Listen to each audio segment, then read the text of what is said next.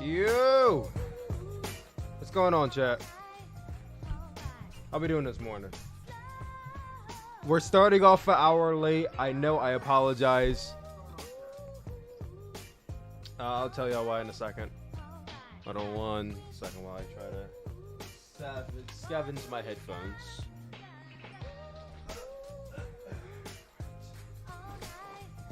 My headphones are so beat up. Look at these things. Look at how beat up. I've had these headphones for going on 5 years. That's why they're so beat up now.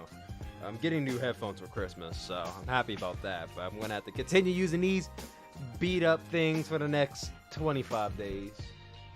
So I guess it'll suffice for now. It still works. The batteries die a lot faster now, which I'm not very happy about, but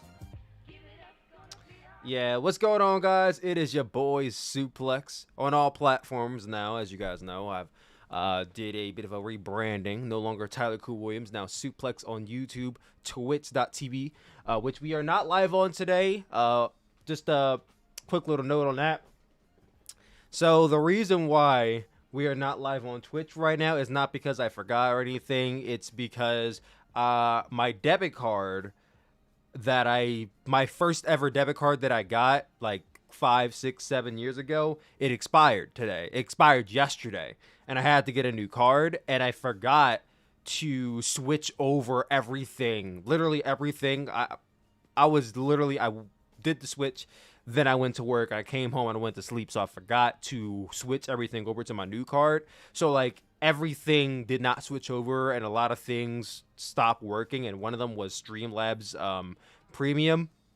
So that's why we're not live on Twitch today. I forgot to adjust it, we will be back live on Twitch on Friday. It's just I forgot to adjust my put my new debit card in on Twitch. Now the reason why we weren't live on time is because partially that reason is because I forgot to adjust things over, so I had to take time to adjust everything because I had payments that were coming, and they're like, "Well, we can't do it." Someone actually called me like, "Yo, we were trying to make a payment," and da da da. So I had to adjust everything, and then I had TikTok ideas that I had to act on like right away because I didn't want to wait on them. So that's why we ended up starting an hour late. So I apologize to everybody who was expecting me to start 7 a.m. Also, I was not live for like a whole week. I did go live last Wednesday, but I didn't go live Monday or Friday or this Monday. Honestly and truly, I just didn't have the what's it called to go live. You know, it was the holiday season. My brother, you guys know my brother passed away, so the holiday season has been a little rough on me. So that's a little bit of reason why I did not go live any of those days. I just didn't have the mental fortitude, I guess, to go live. But you know, I'm stronger now. You know, I'm doing this in his remembrance, so we are trudging on, and I'm happy to be back live. So thank you all for tuning in. High Voltage Nova, the OG, thank you so much. Max Frosty in the chat. Chucky, he always comes back. Season 2, I heard, is coming in 2022. I didn't watch any of the show Chucky. I heard good things about it, though. Didn't watch any of it, but I heard good things. So that is good that you're getting your show renewed, Chucky. Good to see that you're getting another paycheck for another year. You know, I said this on stream before, but I'm not really big horror movie buff. Never have been. Always been really frightened about horror movies. But if there's one horror series that I could stomach watching, it's Child's Play. I can watch. I can't say I love Child's Play, but out of like, you know, Friday the 13th and, you know, Halloween and what's it called, Nightmare on Elm Street and all those horror movies, like Child's Play was the one I could stomach because it's a killer doll. Like, there's no way a doll is going to come to life and start killing people. I could believe in Freddy Krueger. I could believe in Jason. I could believe in Michael Myers, even though none of them are real. But I feel like those are more likely to happen than a doll coming to life and killing people, you know? And plus, there's military. Why wouldn't the military be able to take down a doll? So, I was able to believe in not have more disbelief in Chucky, and because of that sense of disbelief, I was able to watch the movies when I was younger. And now I've just watched the movies and I'm like, oh yeah, this ain't too bad. I mean, aside from the jump scare here and there, which that's the one reason why I don't like horror movies, is because I just hate jump scares. But, you know, I'm getting better with it. So I gotta ask all of you in the chat, how many of y'all got tickets to Spider-Man No Way Home? How many people in the chat got tickets to Spider-Man No Way Home? I'm curious. I'm genuinely curious. Because your boy tried to get tickets. I'm not going to sit here and lie. I didn't get tickets because I did end up getting tickets. But on day one, when they went on sale at midnight on November 29th, I did not get tickets. I was on the website. I was live on TikTok. Make sure y'all follow me on TikTok. I was live on TikTok. We were doing basically a whole little watch along to me getting tickets. And bro, all the tickets for any theater near me sold out instantly. And I was on the website for like 4 different websites. I was on the website and every single one of them crashed. I was so heated. I was so fucking heated. So heated. But I woke up the next morning and I went to Cinemark, and there was like one. Basically, me and a group were going. It was like me and 4 other people were supposed to be going, and there were no group seats left. All the group seats were gone. There were only like 3 seats left in the theater that weren't the bottom row, because nobody sits in the bottom row, because you got to be like nobody wants to go to a theater and have to watch like this. And that's basically the experience you have if you're sitting in the front row. So I'm like, all right, there's one in the very, very back on the left-hand side, or one basically right before you get to the bottom row on the right-hand side. And I'm like, I'd rather just do the right hand. I originally was going to do the backhand, but then that one sold out really fast. So I went to the right-hand side and I got a ticket. So yeah, I am seeing Spider-Man No Way Home on November 16th, 10 p.m. I wish I would have got an earlier show to avoid spoilers, but all those earlier shows sold out, so it is what it is. The bottom row was like hell on earth. It is. As someone who used to work at a movie theater, I can attest, there's no fun sitting at the front row, bro. Like, I know when you're younger, everybody wants to sit in the back row for their own personal reasons. Everyone wants to sit in the back row when they're younger. But even as you get older, you realize that there is no fucking value in sitting that close to the screen. There's really no value in it. Number one, all the seats on the top row are elevated. So you get a perfect, almost eye to screen view on the elevator. It's basically a comparison to a wrestling venue. When you're sitting at a wrestling show, let's say you're going to a WWE show.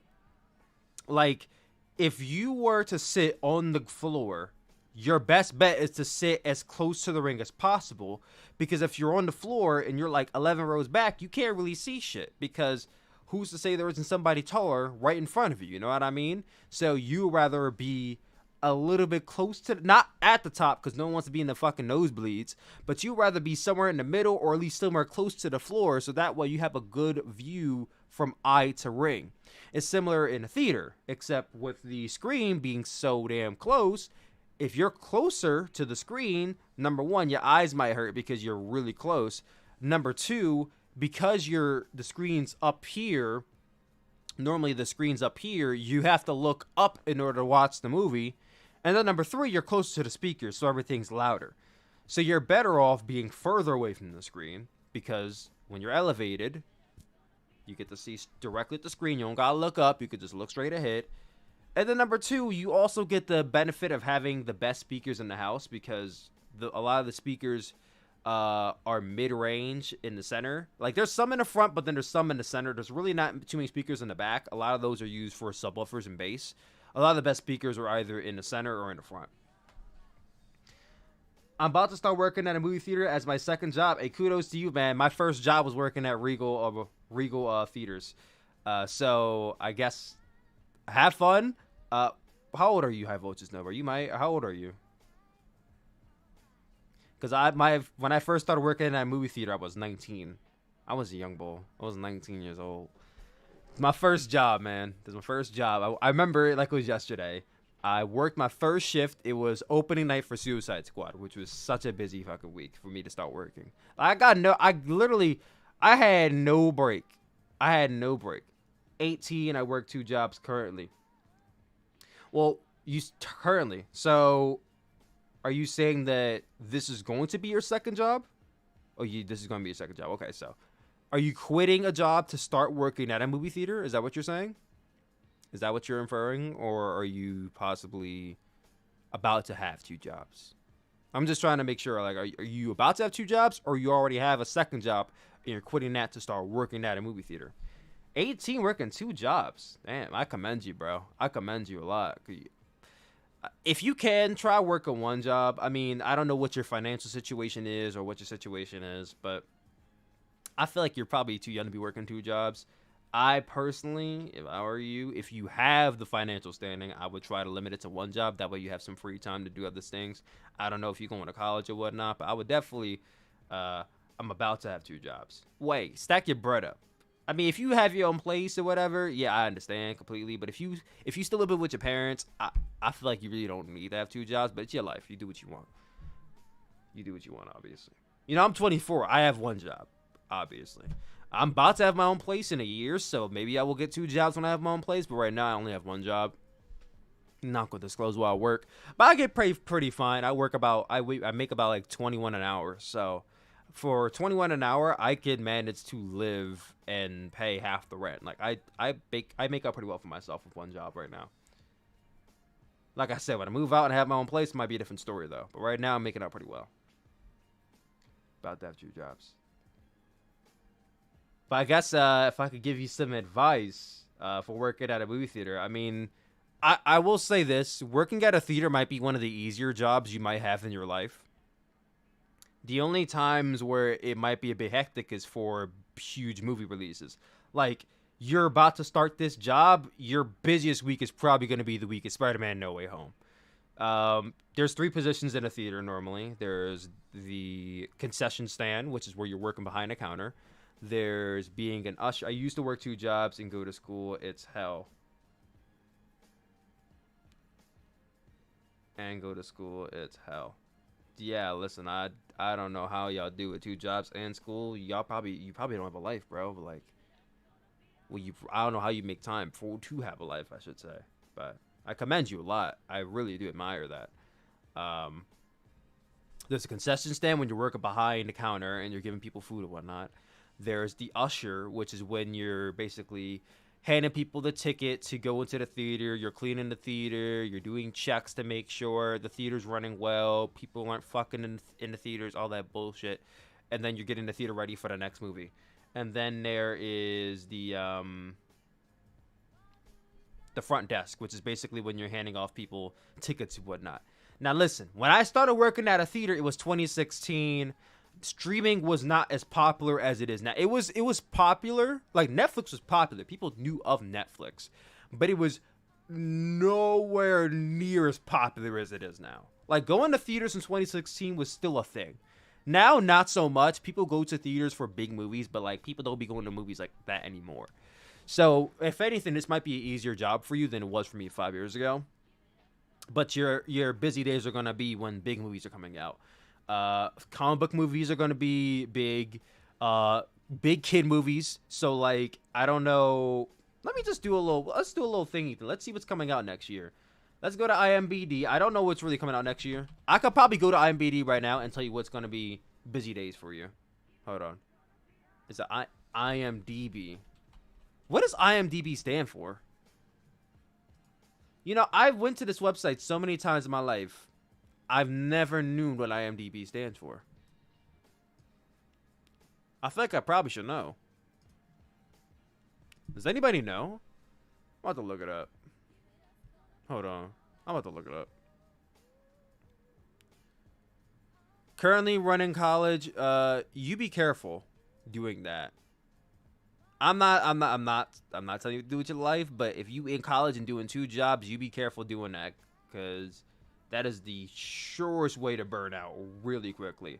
I remember when I did my first semester in school with a job, like, it was not fun, bro. I did not have time for anything. Internet Movie Database. Oh, some guy. Thank you, some guy. Hey, welcome back to the chat, man. Puck Raven. I hate those teenagers who like throwing popcorn buckets on the ground after the... Oh, yeah, you're going to get those. Internet Movie Database. How did y'all know this before me? I go to this website so many times when I was younger. But listen, we're about to go to IMDb. We're about to look up what movies are coming out this year, and I'll literally tell you what's going to be your busiest weeks of the year. Because normally IMDb will tell you what movies are coming out very soon. So hold on 1 second. Hold on one momento.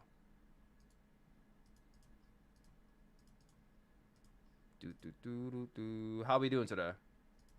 How's everybody doing this morning? You're welcome. I googled it. Oh, okay. Well, I don't feel too bad because you beat me to it. Anyway. Anyway. All right. Let's condense this down. Doesn't need to be this large.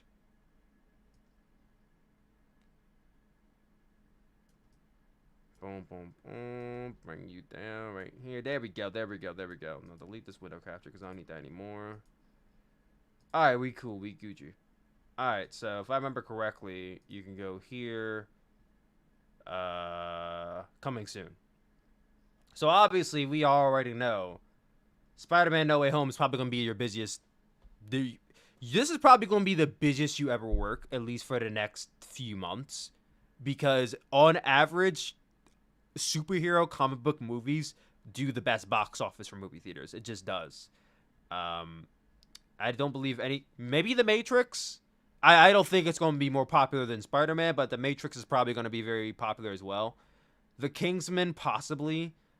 It depends. I know Kingsman Circle, when I worked at a movie theater, the Kingsman Circle came out. And that did okay, but it wasn't nearly as busy as Suicide Squad was. Sing 2. Sing. This might do good because a lot of parents like to take their kids out, especially if this comes out. This is coming out like Christmas Eve. So this is going to be a very big day for you as well. You may think that Christmas Eve may not be a busy day, but a lot of people don't do the tradition of watching Christmas movies at home anymore, especially adults. So a lot of adults will go out to watch movies at a theater, especially sometimes Christmas Day. Like, not in the morning, obviously, but like, I'm talking like in the evening. After, everybody already opened their gifts or whatnot. Some people may not have a big family to go to, so they go to the movies. Like I said, I haven't worked at a theater in 5 years, so I don't know for certain if it's like that anymore. But when I worked at a theater, Christmas Day, Christmas Eve, that was a busy day. In the evening time, not in the morning. But that's for this year, for the rest of the year, basically. Let's check January. I don't know what's coming out next month. The 355. Oh, Scream 2. Okay, so this might be a popular one. I didn't know Sesame Street was having a movie coming out. Sesame Street has a movie. Anne Hathaway, Bo Burnham. What is Chance the Rapper doing in a Sesame Street movie? This is the first theatrical Sesame Street film where the Big Bird and Oscar are not puppeteered or voiced by. What? Let me see the trailer for this. Where's the trailer? Is there a trailer? There's gotta be a trailer for this. Can you tell me how to get to... So yeah, Sesame Street's probably gonna be busy. Christmas Eve was a tradition for me. Well, I mean movie-wise. Going to a theater or watching at home? Probably watching at home. But yeah, Sesame Street... So January 14th is probably gonna be busy as well because they have Scream and Sesame Street. Morbius... I don't think Morbius is gonna do as big as people think it's gonna do. Let's see, February. Catwoman, probably that. You probably gonna have a big break during this month. The Amazing Maurice, depending on how much marketing this movie gets, it may do well. Uncharted may do well. I don't think it will, only because a lot of gamers aren't really big on the fact that Tom Holland is playing Nathan Drake. So I don't think it's going to be that big. I feel like this might be one of the first big flops for movie theater films.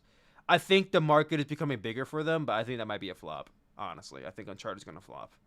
Now, this is where you probably going to get that next boost. The Batman, and then Doctor Strange comes out this... Oh, never mind. They pushed Doctor Strange back a month. So, yeah, the Batman comes out March 4th. This is probably going to be your second biggest. Your first biggest is going to be Spider-Man, and your second biggest is going to be the Batman coming in March. And then right after the Batman, you have Doctor Strange. Oh, shit. Never mind. Hold on. Sonic the Hedgehog 2 and Fantastic Beasts.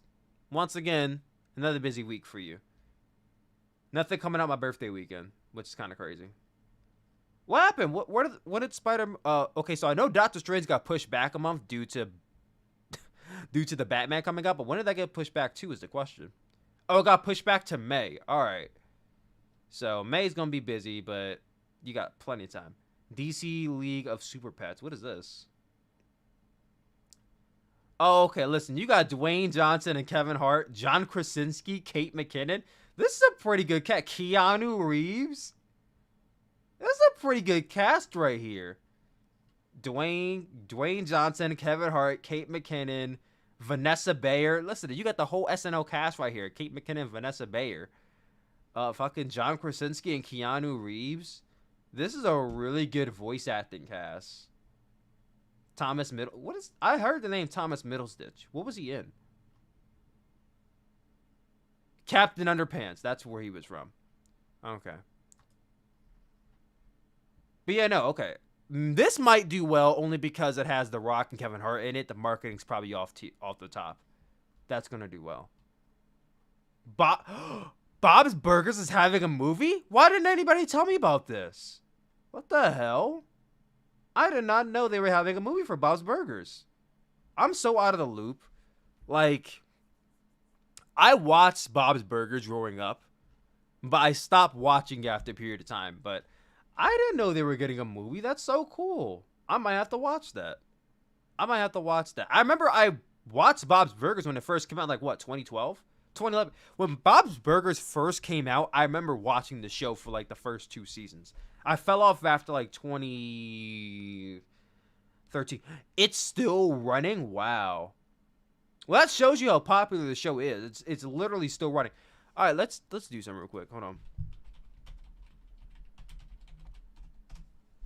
It'll tell us the ratings for Bob's Burgers. Look at this.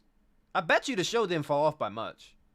I bet you Bob's Burgers did not fall. It probably did fall off after 10 years, but I bet you it didn't fall off by much. Now, where's the ratings? All right. Season 1 started with 5 million. After 2 years, they still were doing 5 basically. They fell after season 5. So this is actually pretty significant. Bob's Burgers is a whole cartoon. It's like a teenage adult-ish cartoon. But like, look at this. They started off with 5 million viewers, and they're still doing half the audience, which might be like, oh, that's bad. But like, if you fall from 5 to 2.43 in 10 years, that's really fucking good. That is a really good metric to still be doing those numbers after 10 years. That's really goddamn good.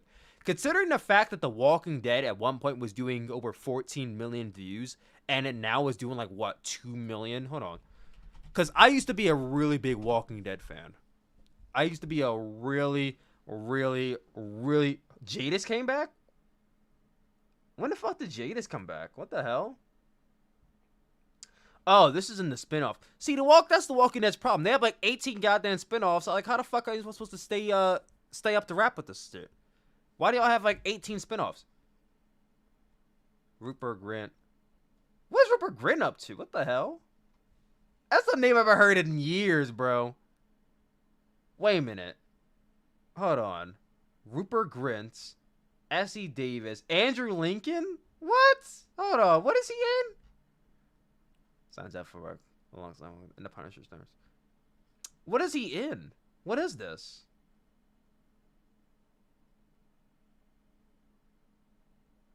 Guillermo del Toro. Oh, this shit about to be lit. Oh, this shit about to be lit, bro. Hold on.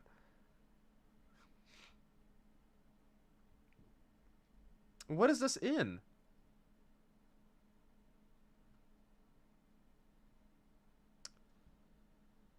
Single episode series. They're not saying what it's supposed to be.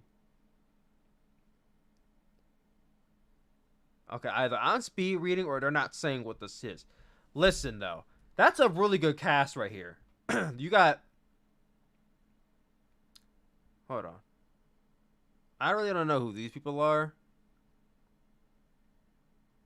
But listen, you got Andrew Lincoln. You got fucking Rupert Grint, which I'll be honest, I haven't seen Rupert Grint's range outside of Harry Potter. He might not be that good of an actor, but I'm just assuming he's good. S.E. Davis. And then the director is Guillermo del Toro. Like, this guy is a fucking certified grade A director. But I want to know what the hell this movie is supposed to be. What is it? What are we starring in here? Why did this even show up? I was talking about The Walking Dead, and then because fucking Rick Grimes is in it. What are they starring in? Rupert Grint's movie?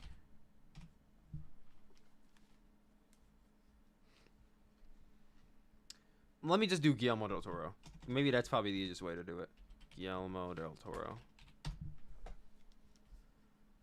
Like, what are you creating?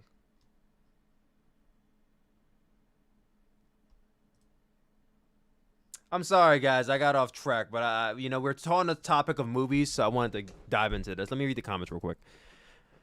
Christmas Eve. Whoops. Twisted for me. Theater-wise, perks of being the only child for like 12 years. Oh. Yeah, I'm an only child on my mother's side, so I get it. I can't believe Tom Holland is Drake. Guy looks like he's 12 years old. He just doesn't fit the role, honestly. You'd definitely be busy with movies with The Rock in it. Honestly, Bob's Burgers is kind of better than Family Guy. Bob's Burgers is better than modern day Family Guy. If we talking OG, like 2000, like 1999 to 2000, even 8, nah. You can't touch Family Guy for those first 10 years. Family Guy, but I would even go as far as to say the first 15 years of Family Guy was great. Like 1999 to 2012, Family Guy was great. Anything beyond that point, I stopped watching Family Guy after 2016, honestly, so I don't know. My mom still watches it, but I don't watch Family Guy anymore. What is this movie that they're working on? Is what I'm wondering. Oh, duh. We were on fucking IMDb a second ago. Let me just do IMDb again. But to get back to what I was doing, yeah, I'm sorry, y'all. I have ADHD. Like, I can't help the fact that my mind bounces so much. But to get back to what I was talking about. So, The Walking Dead was on for 11 years, right? And take this into account. Bob's Burgers started off with 5 million viewers and only fell down half of the viewers by 2019. The Walking Dead started off with, like, I want to say they started off with, like, 5 or 6 when they first started. 5. Now, they grew. The Walking Dead fucking went up. The biggest season they did was season 4 and 5, which season 5, and honestly and truly, is the best season they ever had. Look at this. They fell to 3 million viewers. The highest they went was 14 million in season 5.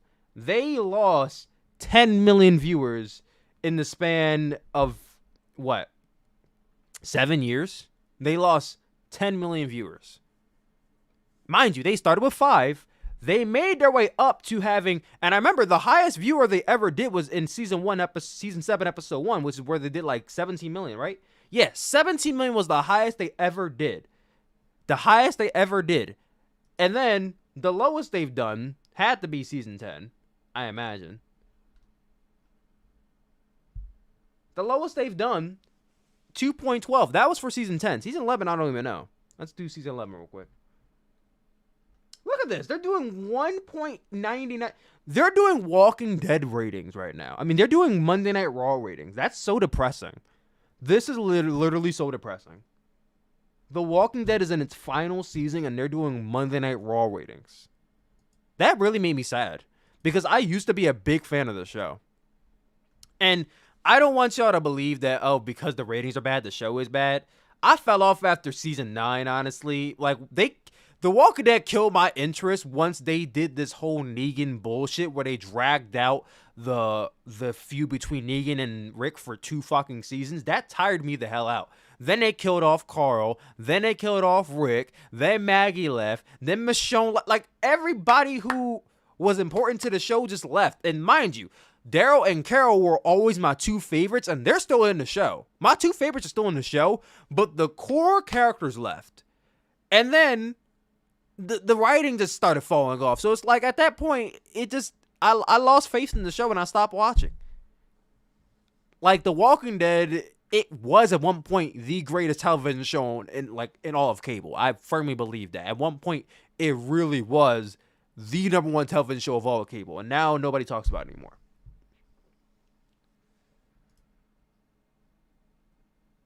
It's literally depressing to think that this show has lower ratings than when it first started. I really can't believe that. But yeah, just to show you the metric, The Walking Dead fell from 17 to 1, where Bob's Burgers only fell by half. So better than South Park. South Park has been around for, I think South Park's been around for just as long as Family Guy has been, right? I don't even know what South Park is doing these days. My mom still watches South Park from time to time. I fell off with South Park a long ass time ago. Let's see.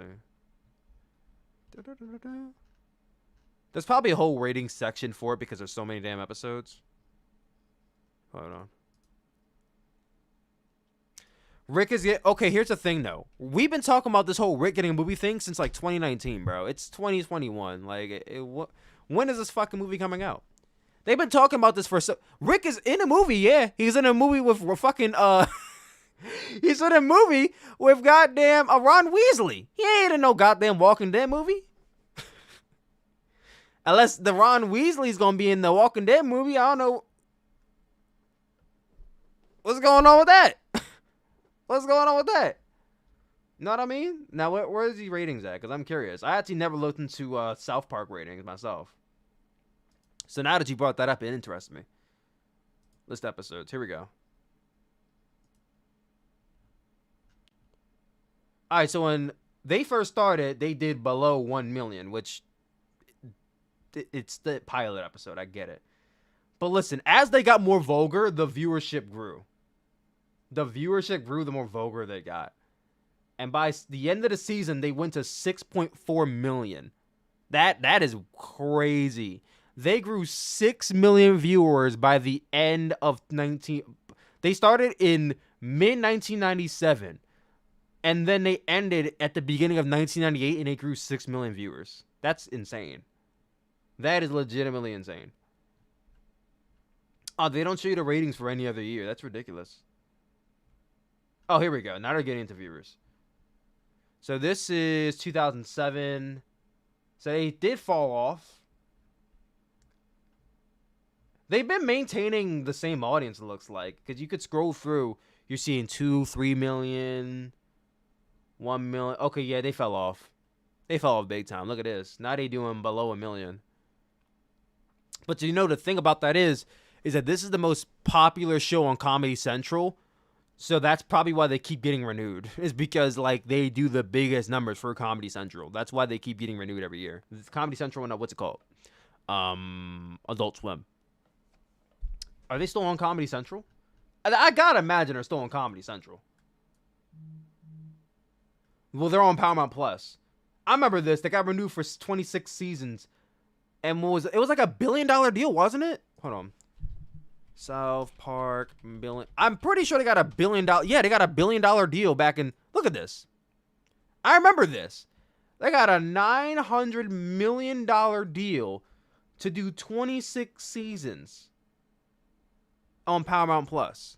So yeah, they're never going to go. They can go down to fucking 100,000 viewers and they will never go away unless they get canceled, which I don't think they will. I don't think they will. But South Park fell off because it's been going for 20 years. Now, Family Guy, I'm curious about Family Guy ratings. Hold on. Family Guy. They probably fell off just as much, too. They may have more viewers in South Park because they managed to not be as vulgar. Therefore, they have a broader audience. Look at this. Season 1 started off with 12 million. Wow. And then they kept the same amount of audience from season 4 basically onward to season, I'm going to say season basically 12. So they kept the same audience for almost 10 years. That's great. That's great. And then after 2013, which is when I started falling off, that's when everybody else fell off. And now they're doing 2.9 million.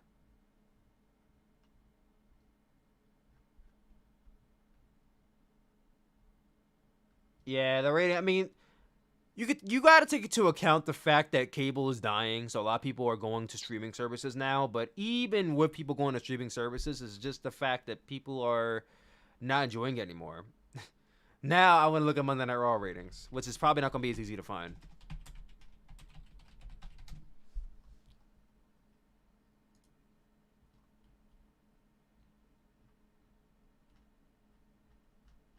Let's see if you can find Monday Night Raw ratings.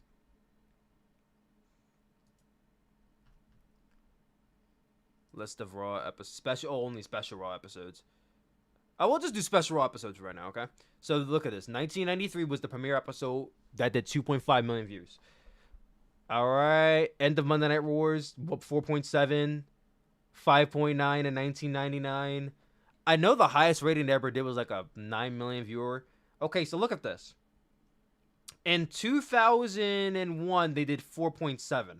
They really maintained that audience for like 2 years. Then they started falling off in 2003 a little bit. They fell off majorly, looked like. But then in 2005, they went back up. And I think that's because they switched networks. They went to USA. Yeah, they went to USA Network, and that's when the viewership increased because they were on like what? Universal, or like they were on like UPN or something. So then they went back up, and they maintained that audience for the better part of 2 more years. It started falling off a bit, but then they maintained this audience. 2007, 3.8, 4.7, 4.0. They maintained this audience from 2007 onward to what? 2012. They maintained this audience for basically 5 years. They did a great number for Raw 1000, which I could have told you that. It went up for a little bit after the Raw Super Show, then went back down. Now look at this. So they were doing 3.0, and then there's a little surgence right here, right in 2013 around the Raw's 20th anniversary. But that's because they're doing the whole, all the legends are back kind of type deal. So not too surprised about that. But they kept that for 2013. They went back down to 3. So the base audience for wrestling has been 3 million since 2007. So let's just keep it a stack. That's been the base viewer for Monday Night Raw since 2007. Now, when did they start falling off of 3? They started falling off in 2016 is when they, they started falling off in 2016. The 2017 Superstar Shakeup did well. Then they really fell off in 2018. This is when they really started falling off. New Year's Day, 1.7. Raw's 25th. You notice how every time they do like an anniversary show, they do a little bit more, but then they go right back down. 3.1, 3. Well, let me not say they fell off. They fell off a little bit because now they're doing 2s. And this is in 2019. So they fell off 1 million basically after 2018. They're doing 2s. Then you get to 2020. This is when the pandemic started. A lot of people went away during the pandemic, and a lot of them really didn't come back. A lot of them really did not come back. And then this is when they started just doing 1.7, 1.8. Now they're doing their lowest numbers yet. So yeah, we can say that they did 3 million and maintained that in 2007, and they fell off around 2016, and then they did a major fall off in 2020, and they haven't really gotten back to that since. And I don't think they're going to ever get back to 2 million ever again, honestly. If I'm keeping the stack with y'all, if they're not doing Legends Night, if they're not doing anniversary shows, if they're not doing all that hoopla bullshit, I don't think they're ever getting back to 2 million ever again. I think it's just going to go lower from here on out. And the worse television gets, the less likely people are to tune back to this stuff. That's one way to look at it. AEW is still very new. They were in a... Let's look at AEW ratings real quick. AEW Dynamite episodes.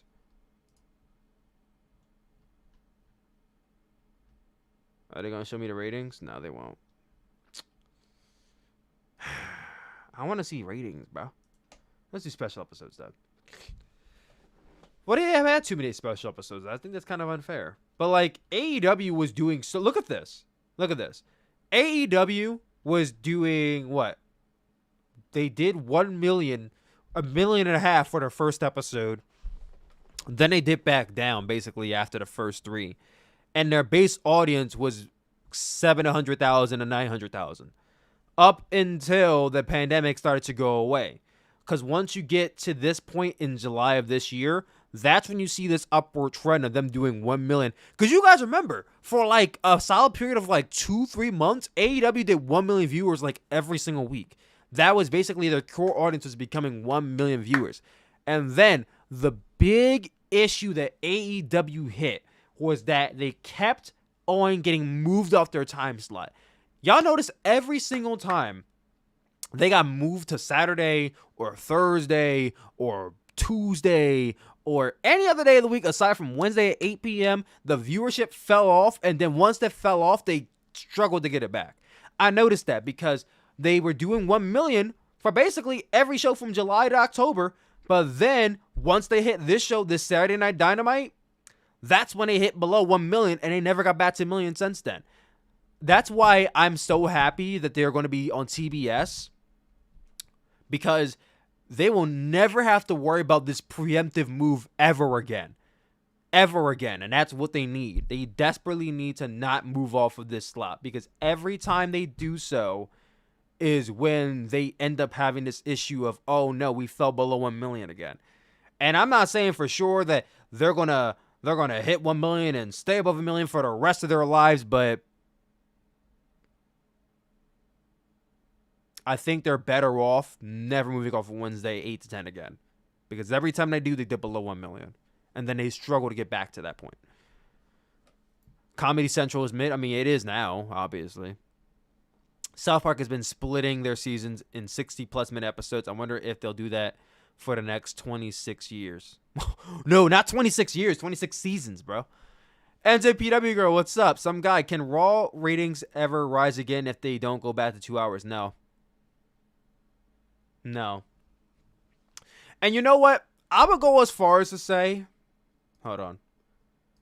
I would go as far as to say that even if Monday Night Raw went back to 2 hours, they would never go back to 2 million viewers, because they have run off so much of their core audience during not only the pandemic, but before the pandemic, with shitty Raws, shitty booking, releasing their top talent, releasing favorites, all the bullshit behind the scene. Like, they've run off so much of their audience, they've lost faith with a lot of people who used to watch these shows week to week. And because of that, a lot of those people are probably never going to commit their time to these shows ever again. People like me are not going to commit their time to these shows ever again. And that's the company's fault. Not our fault, that's the company's fault. But because of that, even if they were to shorten it to 2 hours, because let's just keep it a stack. Let's just say next week for the rest of eternity, Monday Night Raw is 2 hours. Great. Now, tell me exactly what's going to be better about the booking. Tell me exactly how that's not going to protect wrestlers from getting released. Tell me exactly how that's not going to result to rematches just with less time. Tell me exactly how that's not going to resort to better promos. Tell me exactly how that's not going to resort to us getting the same plotted storylines we get every single time. Tell me how that's not going to give me something like 2 hours seems like it's been this instant remedy for a lot of wrestling fans, when in reality, it really isn't. You are consuming a shitty product for less time. That's your remedy. You don't want to sit through 3 hours of shitty television. You want to sit through 2 hours of shitty television. But at the end of the day, it's still shitty television. So what issue does that solve? You only get to sit through it for less time. Whoop-de-doo. It's really not solving anything. The booking needs to get better before you go to 2 hours. Then we could talk about it going back up. If the booking was better, if the writing was better, if the matches were better, then the ratings would maybe. I'm not saying they would, because like I said, they've ruined so much trust that even if it started to get better, I don't believe that it would go back. I don't believe that it would go back up by that much. If the TV itself got better, you may get some of the people back. Not by going by 2 hours. I don't think that's... People keep on making that seem like it's the remedy. It's going to be the answer to the issues. Like, it really won't be. It's going to be a temporary solution for a permanent problem. The permanent issue is not the length. The permanent issue is the quality, not the quantity. I'm going to make that a TikTok, by the way. So say hi to TikTok, everybody. What time? Let me timestamp this real quick, because that was a really good tidbit I just did. And I got to make sure it gets timestamped, because that will be going up on TikTok. That was so good. It was such a good piece by a boy. What was we at 58? All right, I'll do 48 seconds. All right, let me timestamp this. Hold on 1 second, guys. Hold on.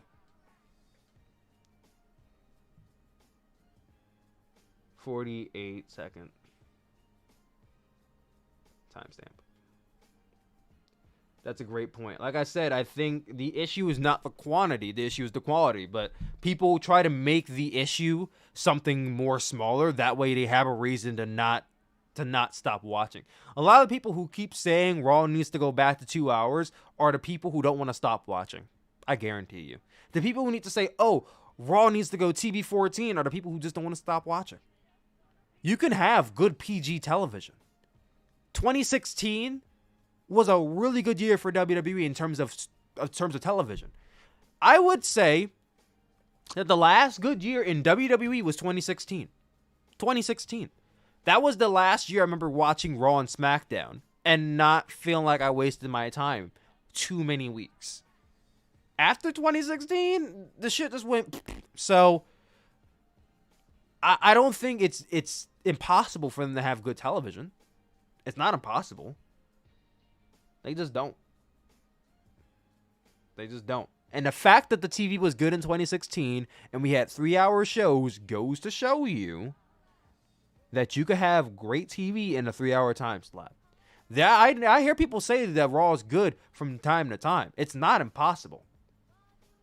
The writing is just piss poor. And the person who runs the things over there is piss poor at judgment.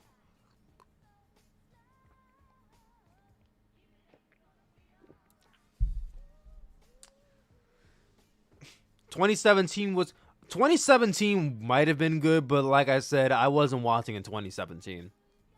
I watched the pay-per-views in 2017, but I didn't watch the shows weekly. I didn't even watch weekly in 2016. I watched most weeks in 2016. The last year I watched Raw weekly was 2015. That was the last year I watched Raw weekly. I started falling off in 2016. And then by 2017, I stopped watching Raw altogether.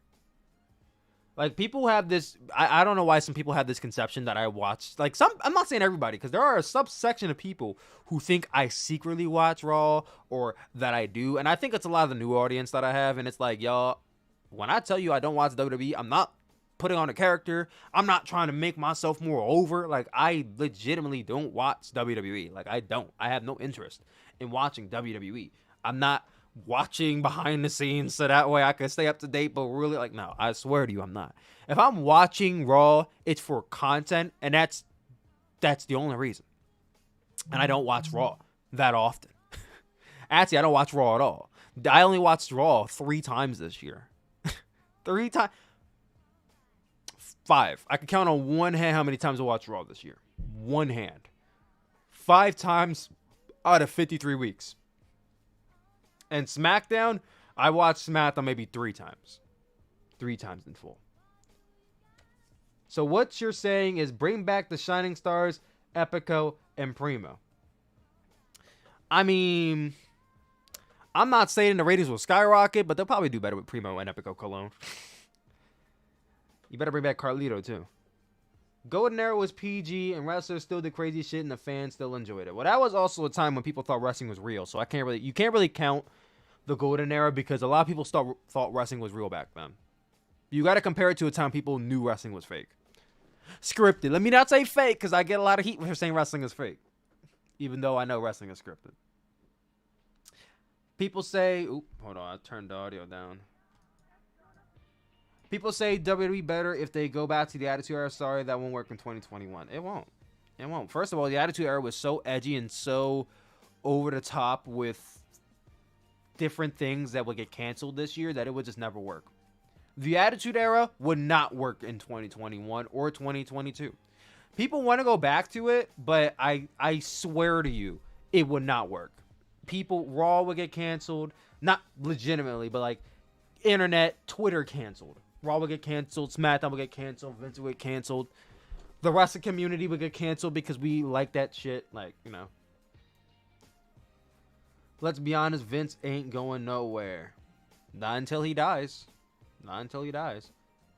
Bring them back as Los Matadores. Hey, if you bring back Los Matadores, you better bring back El Torito. If El Torito ain't back, I don't want it. People watch and support WWE for the potential of what it could be rather than what it is. That is very, very true. And I don't get it. If social media was around in the Attitude Era, people would have been canceled out the ass. If modern day social media was, yes. If social media was around during that time period, absolutely not. I think I think wrestling probably would have been more popular if social media was around during the Attitude Era. I think wrestling would have been more popular. Imagine the reach wrestling would have had if Twitter existed back then. Imagine the reach. I would argue it'd be more popular. If we talking the modern day version of social media, yeah, it would have been canceled 10 times over. But let's say old, like the same people, the same talk, the same quality of social media in 1999, I think it would have been more popular. Also, I don't want WWE to go out of business because that would be bad for wrestling. Well, I've talked about it on TikTok before. WWE going out of business would be bad for the wrestling industry. Yes, it would be. I'm not saying that I want WWE to go out of business. I'm not saying that, oh, fuck WWE. I'm not even saying all that. I'm just saying I don't watch the product because it sucks. It just sucks. I don't watch it. How did I like my MJF shirt? I found it when I was searching through my closet a few days ago. How long we talking? We've been talking for about a good hour. All right, cool. I think I'll be live for another 45 minutes, and I'll be going off to get ready for work. I'm debating whether I should upload a TikTok now or at 10 o'clock. Not sure just yet. I think I might upload at 10 o'clock.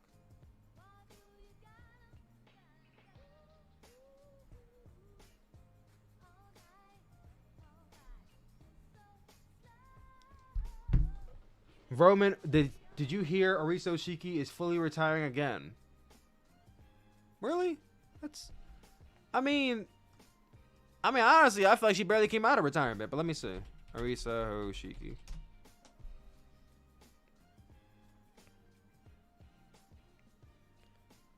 I mean, I'm happy that she got a little run, but like she barely came out of retirement. She wrestled like a few times, as far as I know. Arisa Hoshiki. I'll check Twitter because Twitter probably is where it's at for all the updates and shit. Like it's funny because if you go to Cage Match, it's like she never wrestled at all, but I know that she wrestled. Let's go to Profile DB. We'll do it in a second. Hold on, we'll go to screen share. We'll check here.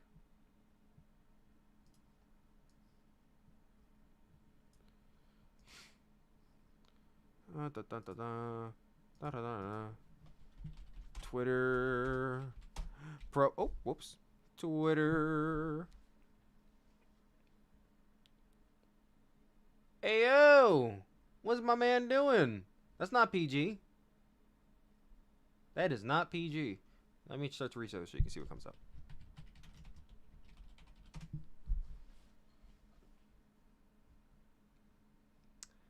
I guess I should check the Ariso Shiki fan page.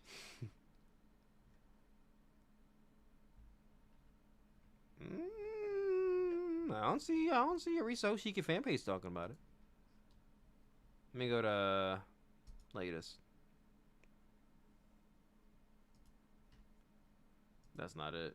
Where did you see the tweet? Post a tweet in the comments.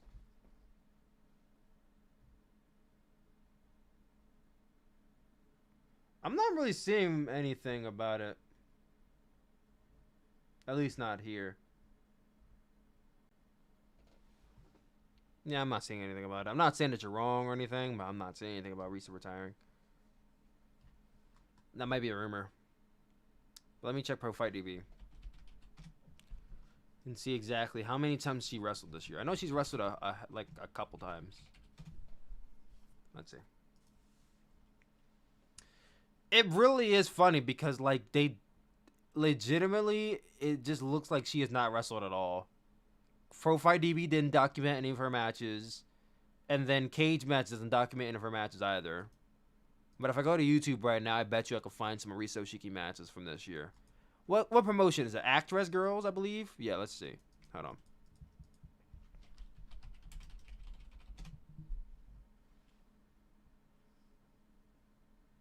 I think it is Actress. We got a match right here. That's one. Let's see if we can find some more.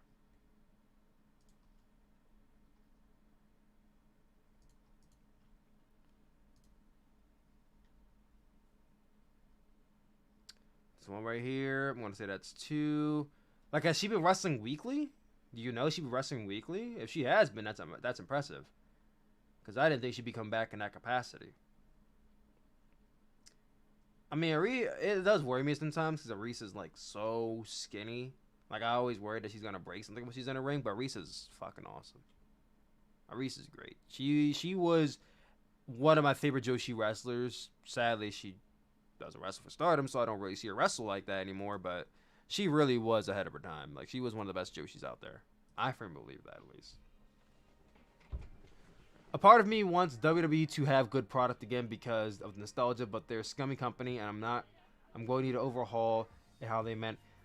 In order for me to watch WWE again, I would need an overhaul in management and the product.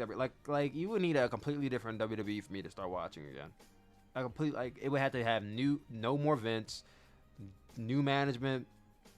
I'm not saying you gotta do pretty much overhaul. I would need to see a humongous change for me to even think of watching WWE again. Put it that way. A humongous change. Roman already hints he's leaving wrestling for Hollywood. I would take that with a pinch of salt. And that's why the company is probably going to be screwed when that happens. When Roman goes to Hollywood, that's what happens when you put all your eggs in one basket. Well, I mean, that just happens with everybody. Look at their top stars. Hulk Hogan with Hollywood. Hulk Hogan went Hollywood. John Cena went Hollywood. The Rock went Hollywood. Even Stone Cold for a period of time went Hollywood. Now they're talking about Roman Reigns doing. I mean, first of all, Roman Reigns has shown that he's a really good fucking actor. Have you seen his promos? The guy can fucking act. So if Roman Reigns wanted to do Hollywood, good fucking for him. I'll watch his movies. Where's the tweet at? Yo, if y'all gonna be talking about stuff, feel free to post it in the comments so I can look at it. Let me just see real quick. Let's see what we talking about right now. I'm sure Twitter's probably talking about Roman Reigns. Let's see.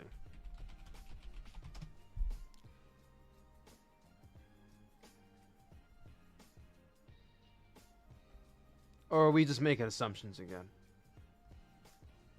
Guys, did he really say it, or are we just making assumptions again? He probably just making assumptions again.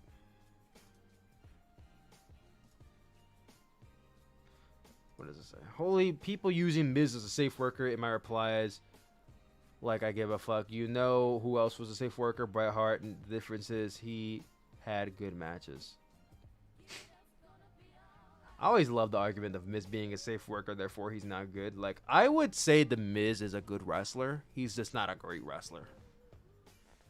And apparently being a safe worker is a bad thing. Bret Hart is boring as fuck, but I'd sit down and watch an entire career retrospective of the dude before I watch a minute of anything the Miz versus the Edge feud is going to produce. How are y'all feeling about the Miz versus Edge feud? I don't really care because Edge versus the Miz is two guys from my time that I grew up watching having a feud 10 years after it should have happened. Let's see. I think the Miz is underrated, largely gets a bad rap he doesn't deserve, and he's probably a breeze to work with most of the time, but someone as bad as catching dives as he is, to the point where it's been a running joke for over a decade, shouldn't be talked about as uber safe. Yeah, the dude literally does not catch people when they dive, so. I don't know. What do y'all think about that take? What do y'all think about the Miz being a safe worker? What's your opinions on that take? Oh yeah, NXT. I almost said Takeover. NXT. What's it called? Oh, that dive is crazy. Andrew Everett is so fucking impressive. And I've never seen this guy wrestle one time, but I follow him on Twitter, and he always does like the most coolest dives ever. And I've never seen him wrestle not one time. I've never seen this guy wrestle one time. And he's like the coolest guy ever, I swear. What was I about to say? Lee Moriarty versus CM Punk is going to smack so hard tomorrow. I can't wait. Oh, I'm not screen sharing. I'm like, wait a minute. You guys aren't saying anything. I'm not screen sharing. Hold on. There we go. It's Saturday? Okay, so I didn't miss it. That's good. Not gonna lie, I was a little worried I probably missed it.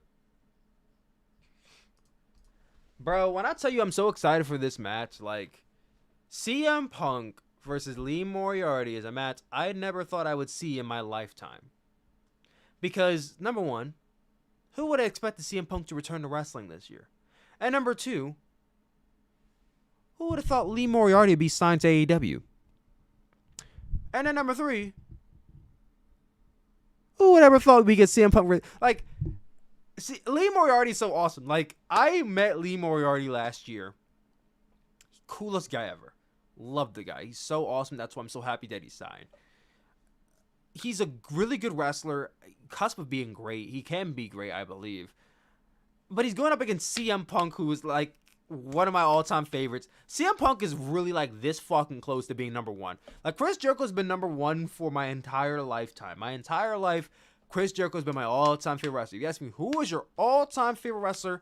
I say Chris Jericho. He's this fucking close to being number two at this point. Because this guy, he says so much shit that just makes me like, bro, I can't keep supporting you. He's this close. I'm trying not to do that, but he's this fucking close to being number two. And CM Punk number one.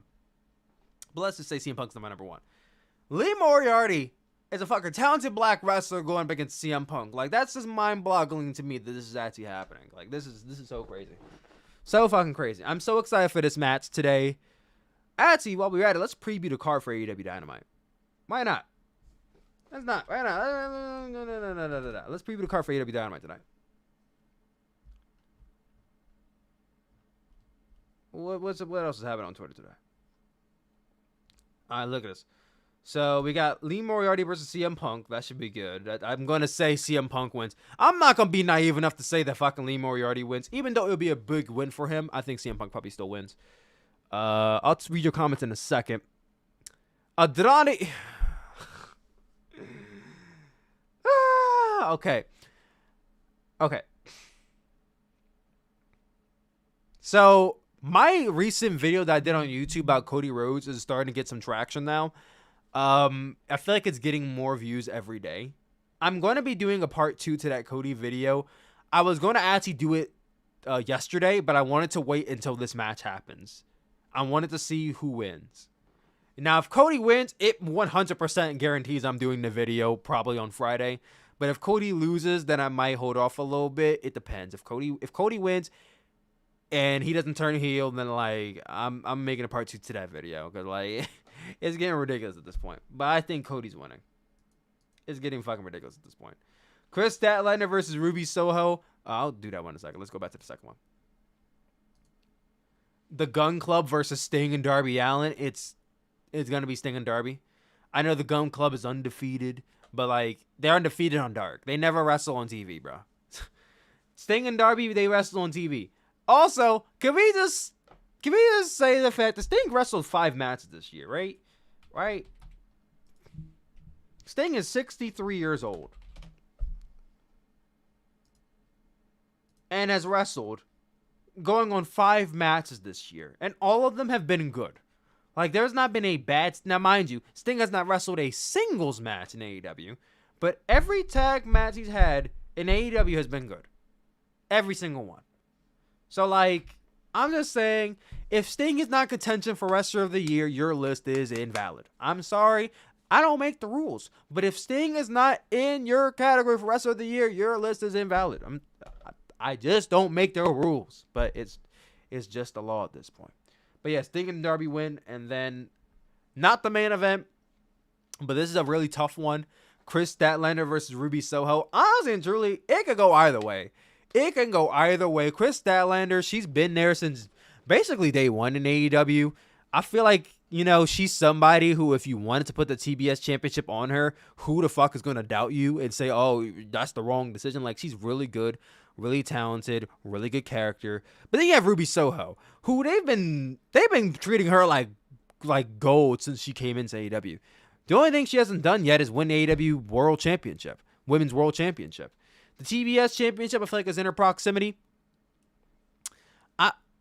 Who are they facing is the better question.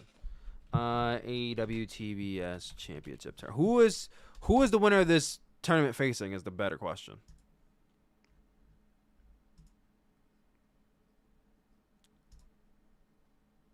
All right, so Chris and Ruby are facing. I think Nyla beat Sheeta, right? So the winner of Chris and Ruby's facing Nyla. Well, either person wins, they should be beating Nyla. Nyla should not be going to the fucking finals. So I'm gonna say that. I'm gonna say Ruby. I'm gonna say Ruby wins. We're gonna get Ruby versus Nyla, and then Ruby wins, and then she goes to the finals. I feel like the finals is probably gonna be Ruby versus Jade. I think the finals is Ruby versus Jade, with Jade winning the TBS championship. That's my prediction, at least. That's my prediction, at least, for the tournament. Once again, I ended up doing this thing where I forgot to drag it into the next one. But those are the brackets right now. There's nothing wrong with Nyla Rose. I think Nyla Rose is a really good talent. But the thing is, Nyla Rose is, of all the women in AEW, Nyla Rose has gotten the most championship opportunities. Like, she has gotten the most. She has been in the championship run like 5 times now. She's gotten 4 championship matches against the champion. Not albeit being the champion. And then she's in this tournament. It's like, I get it. She's your only big girl on the roster because they let go of, what's her name? Awesome Kong, which she was never going to be like a big player because she's basically immobile now. But she's your big girl on the roster. She's your powerhouse, so I get it. But still, I think it should be. You're forgetting about Jade? No, I didn't. I said Jade's going to win it. I said the finals is going to be Jade versus Ruby. I didn't forget about Jade at all. When this tournament started, I pegged Jade to win the whole thing. As much as I think Thunder Rosa being the champion would be a good deal to have, I entirely believe the main event of AEW Revolution should be Thunder Rosa versus Britt Baker. I think the main event of AEW Revolution should be Thunder Rosa versus Britt Baker for the AEW Women's World Championship. I don't care what the stipulation is. That should be the main event. Now here's the crossroads I'm at right now, guys. I'm gonna put it to y'all in the comment section. I'm gonna put it to y'all real quick. I'm at a crossroads right now because I'm debating between WrestleMania and AEW Revolution. I'm going to one of them. I don't know which one I want to go to right now. It's December. I have time, obviously. I have like 3-4 months. But AEW Revolution, I probably can guarantee is going to be a great show. AEW always has great pay-per-views. I've only been to one AEW pay-per-view, and that was the very first Double or Nothing. The very first Double or Nothing was the first AEW pay-per-view I went to. Such an honor to go to that show. Only thing is that it's like WrestleMania weekend it's almost becoming a tradition for me. Because I went to WrestleMania weekend 2 years in a row. I went in 2019 when they were in New York, and then I went last year when they were in Florida. And I had a blast both times. I didn't go to WrestleMania either 2 times, but I had a blast both times. Now, my friend wants to go to WrestleMania. I wasn't thinking about WrestleMania because I don't want to support anything WWE does. But I'm like, listen, if you go to WrestleMania, I'll go to WrestleMania. Now he's like, oh, I don't know, money issues, da-da-da. But, I'm not going to tease for money issues or whatever. But he may not be able to go to WrestleMania. Now I'm like, if you're not going to WrestleMania, I'm probably not going to WrestleMania. And honestly and truly, I'm not crazy about going to Texas. I'm not crazy about going to Texas in general. So now I'm like, do I go for WrestleMania weekend? Because I'm really excited WrestleMania weekend. WrestleMania weekend is always great. The last 2 times I went, I had a blast at WrestleMania weekend. But I really don't know if I am gang-ho by going to Texas. Florida, cool. I would love to go back to Orlando. I love the Airbnb I stayed in Orlando. I love Universal Studios. I would love to go there and go to Disney World. Where's Revolution this year? They haven't confirmed it, but the rumor is that it's going to be in Orlando, Florida. And normally, when it comes to these locations where there's smoke, there's fire, just about any time Dave Meltzer says some place is going to hold this show, it normally happens. You can run Dave Meltzer on the road for many of his breaking news or his rumors about who's signing where, who's doing what, push this, push that. But when he's breaking news about locations, normally he's right. So I'm inclined to believe that Revolution will probably be in Florida this year. If it's in Florida, I think I might go to Revolution. I don't know. Like, AEW doesn't have, like how WrestleMania weekend is a thing. AEW doesn't have a Double or Nothing weekend or a Full Gear weekend. No independent wrestling show really won the weekend of AEW unless it was the first Double or Nothing. So I hope it's Orlando. I live 3 hours away, which is a bit of a drive, but one I wouldn't mind if I stayed up in a hotel for. I don't listen to Dave Meltzer. I mean, I ain't gonna sit here and be like I'm his biggest fan, but it's Dave Meltzer's. WrestleMania 39 is gonna be in California. Yes, I'm probably going to that WrestleMania because I really want to go back to California. I was originally gonna go back to California at the very beginning of the year for the new year, but then I'm like, it's expensive to go from Cali to. So yeah, announcement here. I guess I'll make an announcement. If y'all expecting me to go live for the first AEW TBS show or Wrestle Kingdom, I will not. I will be on vacation in Hawaii. I may watch those shows live and do like my little review of it while I'm there. But I'll be on vacation the first week of January, which is one of the busiest months of the year. I know people always say that the biggest month for wrestling is April because it's WrestleMania season. And I will always argue with these people that the biggest month for pro wrestling is January. January is the biggest month. Every wrestling company puts their best foot forward. You have WWE. You have WWE Day 1 on January 1st. That's already a big show for WWE fans. I don't care, but it's a big show for them. You have Go Shiozaki versus Katsuhiko Nakajima and Noah, also on January 1st. You then have Wrestle Kingdom Night 1 on January 4th. You then have Wrestle Kingdom Night 2 on January 5th. And AEW's first TBS show on January 5th. You then have Wrestle Kingdom Night 3 on January 8th alongside AEW Battle of the Belts on January the 8th. You have something else happening on January 15th, which I can't think of. You have GCW's Hammerstein Ballroom show on January 22nd, and then the Royal Rumble on January 30th. You can't tell me that's not a stacked month, bro. You can't sit here, lie to my face, and tell me that's not a stacked month for wrestling. It just is. And it has been like that every year since like 2014. Just listening to all these are giving me goosebumps. Bro, I'm telling you, next month is going to be a crazy month. It's going to be a crazy month, and I can't wait for all of it. It is a little like, I'm a little jaded in the fact that I'm going to be on vacation during the first 5 shows. But I can still watch it in Hawaii. I'll be in a hotel, so the Wi-Fi might be shitty, but I'm still going to fucking watch it. Best believe that. Wrestle Kingdom Night 3 is now New Japan versus Noah. I know. I'm so excited, bro. Which, if they put together a good card, will be very... They can't put together a bad card for that show. They really can't. There are so many dream matches. There's no way that show's going to be bad. There's no way. Here's the thing, though. We could fantasy book all day about this show. I find it very, very hard to believe that they will not run Hiroshi Tanahashi versus Go Shiozaki. I don't see in what universe will you not want that match. The ace of New Japan versus the ace of Noah? How do you not run Go Shiozaki versus Tanahashi?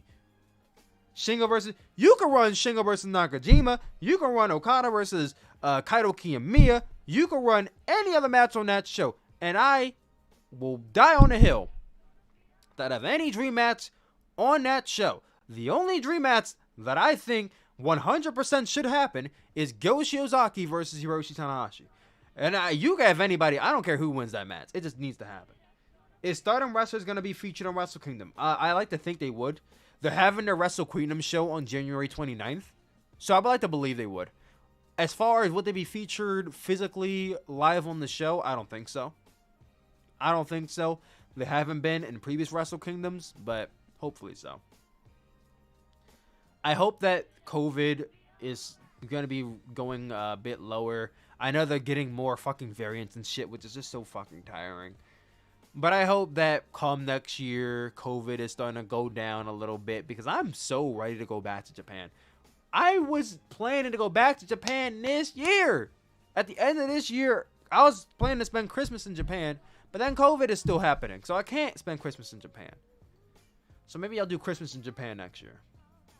I really, really, really wanted to do Christmas in Japan. Scoot Bonds, can't wait to see Kaiji Muto again. Wish we could see him in AEW. I'm not crying. I'm not crazy about Kaiji Muto current day. Like, listen, Kaiji Muto is the greatest, one of the greatest of all time. I'll never doubt his wrestling ability when he was in his prime. But Kaiji Muto in 2021, I'm not crazy about it. I would love to see Okada fight Marufuji again. I'm not crazy about Marufuji versus Okada. I think he should be getting something new, something fresh. Like, Okada, Kaito Kiyomiya really badly wants to face Okada. Like, I will do that. Kaito and Okada sounds like a fucking amazing match. Marufuji and Okada be great still, but Marufuji's slowed down too. You got to give Okada somebody who could pull him to his greatest match ever. Kaito Kiyomiya could probably do that. Now, my question is, what junior do you have go up against Hiromu Takahashi? Because, you know, Takahashi's probably going to be the junior heavyweight champion come that show. Let's see. Pro Wrestling Noah. Let's look at the roster for Pro Wrestling Noah.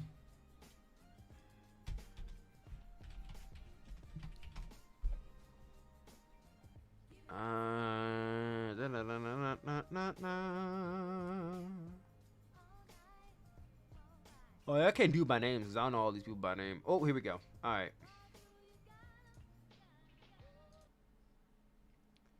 Oh, how do I keep doing this, bro? How do I keep doing this?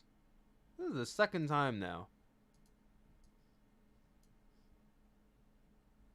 Hold on, y'all. I keep managing to make separate screens and then everything just gets messed up. So look at this. Go Shiozaki, Junta. Okay, so the Junta guy was actually pretty good last time I saw him. Kaito Kiyomiya. Isn't Kaito Kiyomiya technically a junior? He looks like one. Hold on. Yeah, Kaito Kiyomiya, he looks like a small guy. He looks like he's probably a junior. He's like 216. He's almost a junior, basically. He's 5'11". He's talented, though. I enjoyed his work. Hayata. Okay, I would definitely do Hayata versus Hiromu Takahashi. Hayata, from when I saw him wrestle, was really good. Well, it depends. Is Hayata okay? Hayata is a junior. So you could do Hayata versus Hiromu. Obviously, what's the other guy's name? Sakuraba. Ooh, imagine doing Kazushi Sakuraba. Well, that's the rematch. Imagine doing Fujita versus Minoru Suzuki. What a match that would be. Give me Minoru Suzuki versus Katsuyuki Fujita. Or Yohei. Yohei was pretty good. Yeah, give me either Yohei or give me Hayata versus Hiromu, and I'm fine. I hope they don't do a bunch of tag team matches.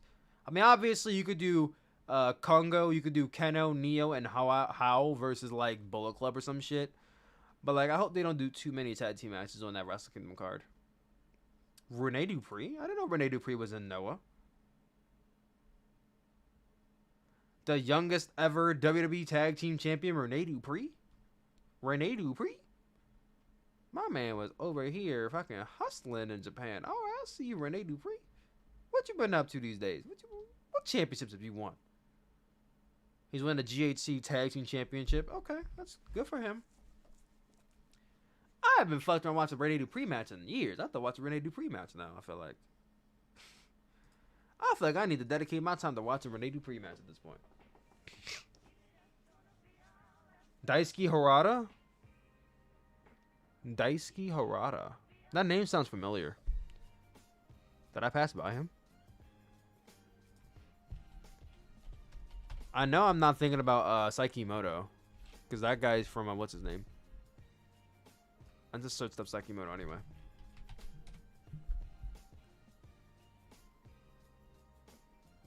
I feel like I didn't see him wrestle on the one show I watched. No, I feel like I didn't see Harada wrestle in the few Noah shows I've seen. I know the name, though. I definitely heard the name Harada before. I mean, when I think of Harada, I think of the creator of Tekken. His last name's Harada. Katsuhiro Harada. I think of him. Let me go to K's match. Let me see what his highest rated match is in Noah. He has an 8.47. Okay, so he did pretty well for himself. Let's see. What's your highest rated match? His highest rated match was a tag team match with Jun Akiyama and Atsushi Aiko versus himself and Takashi Sujira. He also had a really good match, apparently, with Taiji Ishimori in 2014. He also had a really good match with Zack Sabre Jr. in 2014. Ooh, that's the SJ match. Interesting. Let me stop. Y'all, but since we're here, I think we should talk a little bit about Big Swole, since that's the name of this title. Let me ask y'all the big question. Now that Big Swole is gone from AEW, do y'all see her going to WWE? I know. Everybody's going to ask that question. I got to ask it, though. Do y'all think she's going to WWE? Will she be the first AEW wrestler to jump ship? Y'all let me know in the comments section. I'm about to take a quick bathroom break. I will be right back.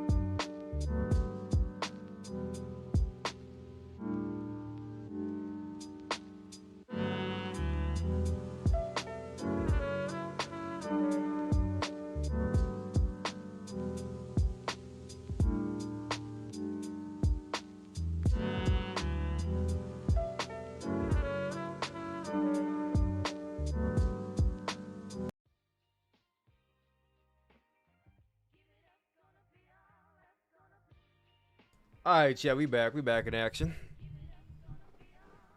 Oh, I forgot my water. Hold on one second. Forgot my water.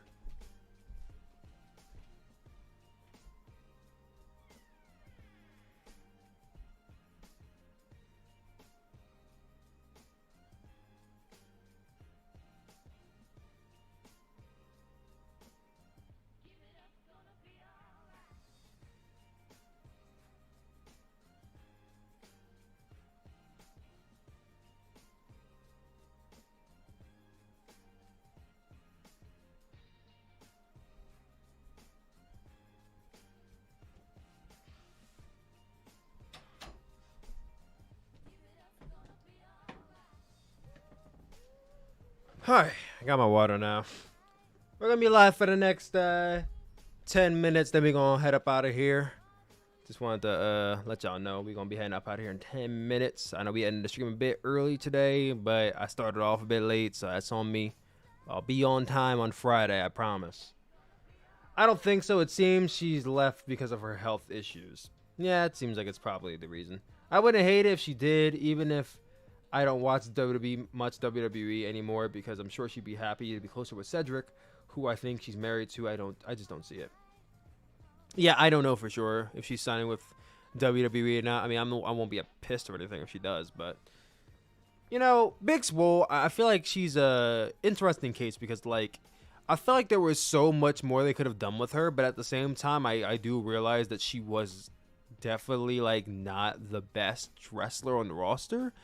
Like, compared to a lot of the women they have, Big Swole is probably, like, somewhere in the middle in terms of work rate. Now, on the mic, and character-wise, I thought she was one of the most interesting female characters they had. I felt like she could have been a very good manager for somebody if they wanted to use her in that capacity. She could have done more on TV. Now, I know it's sad that I feel like what people may remember her most for is her feud with Big Breaker, which ended with a poor excuse of a match that they had at All Out last year.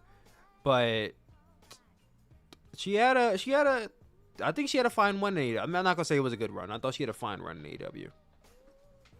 Which is it's honestly weird because we're gonna be talking about this more often in the coming years because not everybody's gonna re-sign with AEW. This is the first. She's basically starting to train. She's starting to chain. I don't think there's gonna be a lot of people following. I don't think there's gonna be like a lot of people. Like everybody's gonna start leaving AEW and whatnot. But I think this is probably the first. She's the first of a few that may start next year that are leaving AEW. So I figured we could talk about it a little bit. Like Big Swole, I feel like she started off in AEW pretty young. She started off when AEW like basically first started. She was in like their first battle royal. She got signed last year, I believe. But like I said, I think one of the issues was that she was not very good in the ring, and then they just never really featured her. Like she was featured sometimes. A lot of the time she wrestled on Dark, but they never had her on TV, which I never really understood. And they have a lot of other black female wrestlers now. They got Jade Cargill. Yeah, never mind. I think it's a Jade Cargill. No. They got Jade, they got Red Velvet, and they got somebody else. So they got other black female wrestlers. They're not going to be like drowning without melanin in their roster. They do have some others. But I feel like maybe she just didn't fit too well. Maybe she wasn't the best fit for the roster. And I hate that sounded wrong. I didn't mean to say it like that. Maybe she wasn't Kiera Hogan. Thank you. Maybe she just wasn't there at the right time. I think maybe it just wasn't her time to come into the company because obviously they weren't using her as well as she could have been used. Because like I said, I thought she was a great character and they could have got mileage out of her, but obviously they didn't see the value. So listen. She's on to better things. Obviously, if she were to go to WWE, I would wish the best for her. I don't know if I'd be confident in them treating her better than she was treated in AEW. I'm not confident in that, but let me not say that for certain. If she were to go to Impact or GCW or any other company, they would treat her well. She'd be great in any company to put her in. But, you know, having Crohn's disease will be a big battle for her. That was definitely a big battle for her in AEW, and that might have been a big reason about why she did not resign. But I'm wishing the best for her. I think the part of lack of runs is just because of her needing to take long breaks because of her battle with Crohn's disease. Yeah, that likely was the reason why too. Impact, I do think would be a good fit. Yeah, she'd be nice in Impact. I wouldn't be mad at that. I wouldn't be mad at her in an Impact Wrestling run.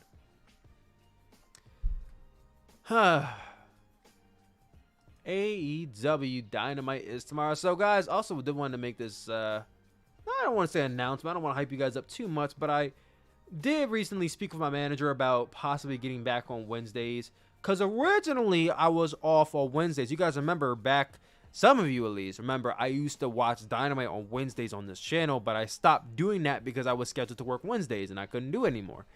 Well, I could possibly be getting Wednesdays off again. So, next year, your boy could be watching AEW Dynamite again on Wednesdays. I might be doing that YouTube, Twitch, and TikTok, possibly. But that's a maybe right now. That is a big maybe. But I also can confirm that I did get tickets to GCW, the World on GCW, their first ever Hammerstein Ballroom show. I will be live in attendance for that on January 22nd. That is my first wrestling show of 2022. I'm super excited for it.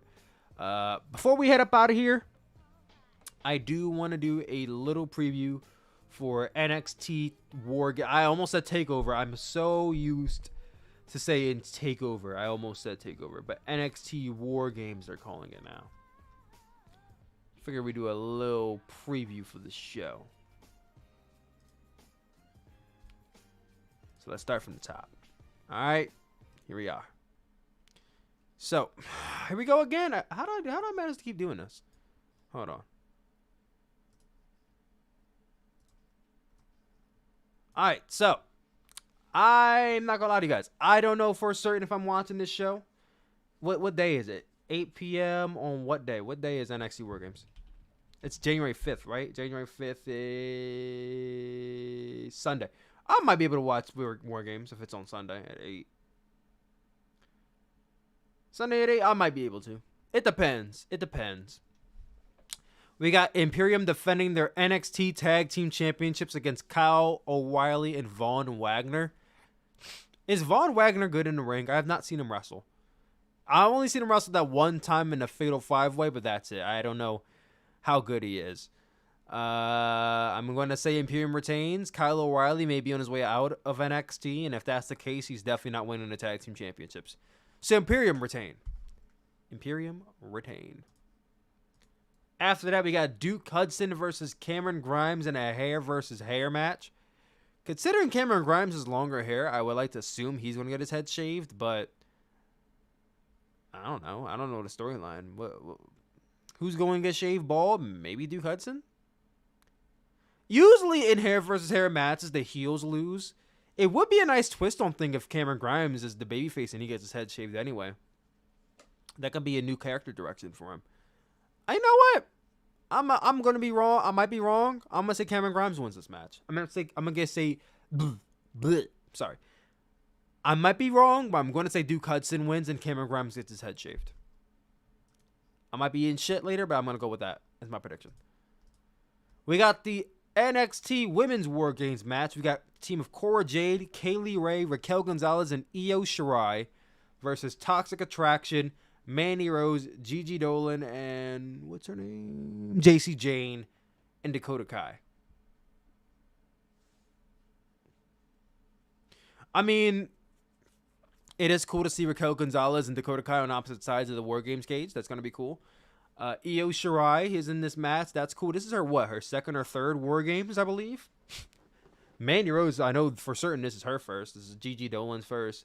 This is JC's first. This is definitely Cora Jade's first. Kaylee Ray, she was in last year's War Games. Raquel was not in War Games last year. So a lot of these women are in their first match, which is crazy because I think the only woman who's returning from last year's War Games is actually Io and Dakota.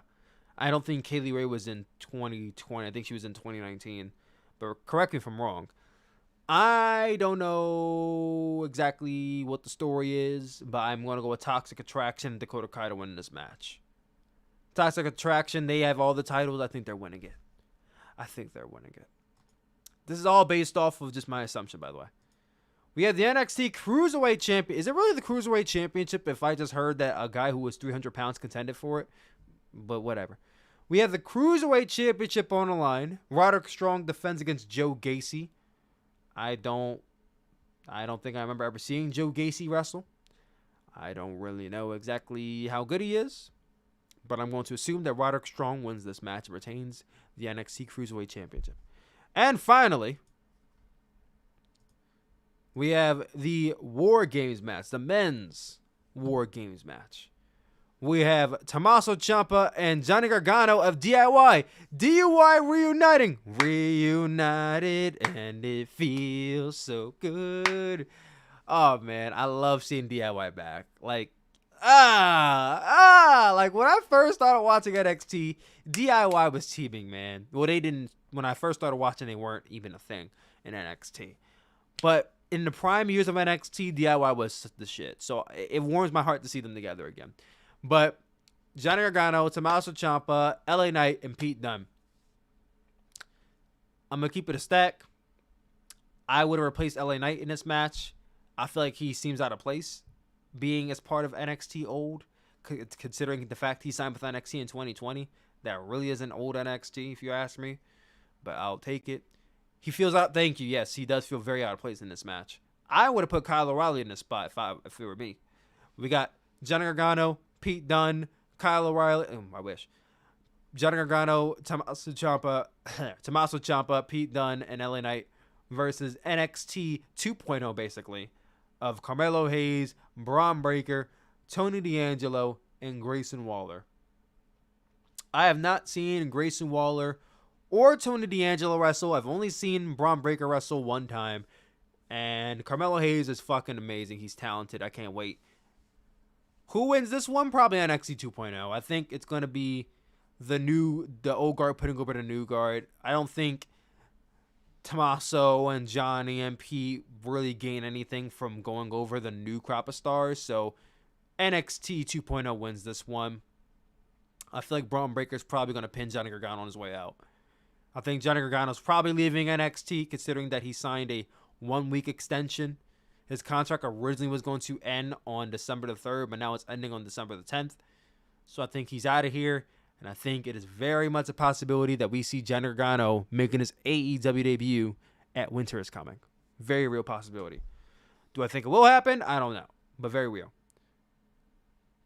He signed with NXT, well, that's even worse.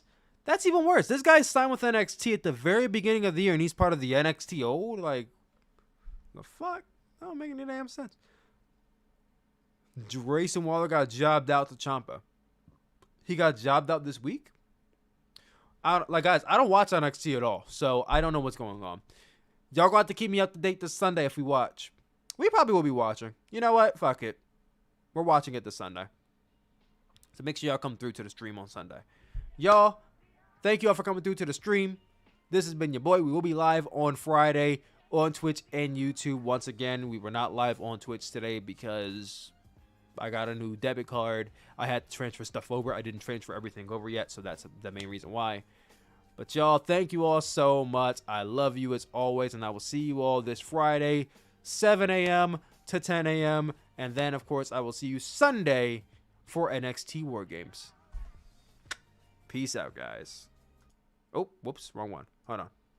All right. Peace out, guys.